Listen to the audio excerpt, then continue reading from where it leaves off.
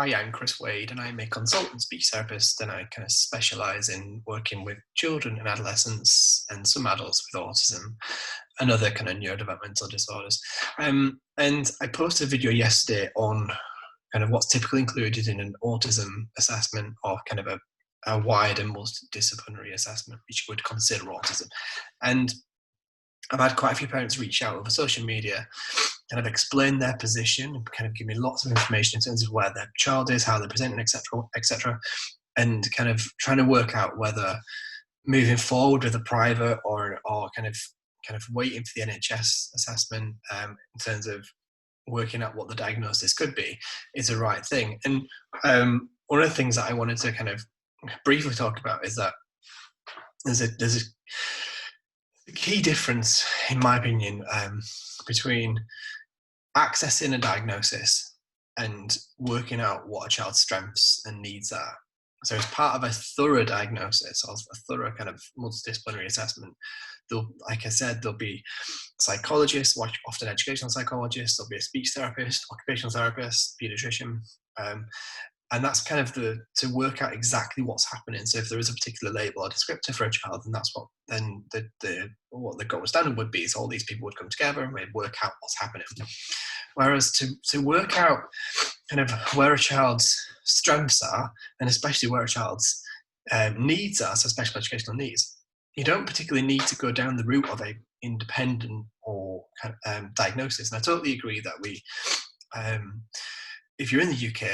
and you can access a NHS assessment, then I'd be kind of pushing that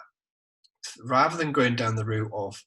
a independent social communication assessment or multidisciplinary assessment to work out the particular label. I'd be going down the route of kind of independent educational psychologist, if needed, an independent occupational therapist, if needed, an independent speech therapist, if needed, to work out the needs and the strengths of your child from an education perspective. So because when we're looking at kind of getting support in schools in terms of statements in Wales or education healthcare plans in England, it's not the diagnosis that gets you the support. It's the expert reports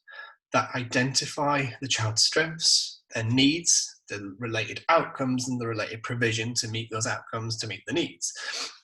So I just wanted to briefly just hop on and just say, I totally get why parents want to work out whether there's a particular descriptor or a particular label for their child. But when we're looking to access provision, often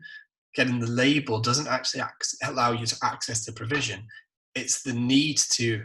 kind of, if there's any kind of special educational needs, it's kind of looking at needs-based assessments. That's often standardized assessments, or formal standardized assessments where possible, from ed psychs, occupational therapists, speech therapists, to really work out what's happening, but not meeting together as a multidisciplinary team, which would often include the pediatrician, child and adolescent psychiatrist, and potentially clinical psychologist, to bring it all together. And so I just wanted to hop on and just kind of just wanted to kind of post this video just to explain the difference between a needs-based assessment, which would support kind of accessing provision, such as direct speech therapy, indirect speech therapy, direct OT, indirect OT, accessing a one-to-one in school, looking at particular placements of particular schools, looking at which school's most appropriate, whether it's an independent school that specialises in autism, or whether it's another type of school, such as a mainstream school with a speech and language base, for example. I just wanted to kind of explain what the difference between these two kind of routes that you can go down.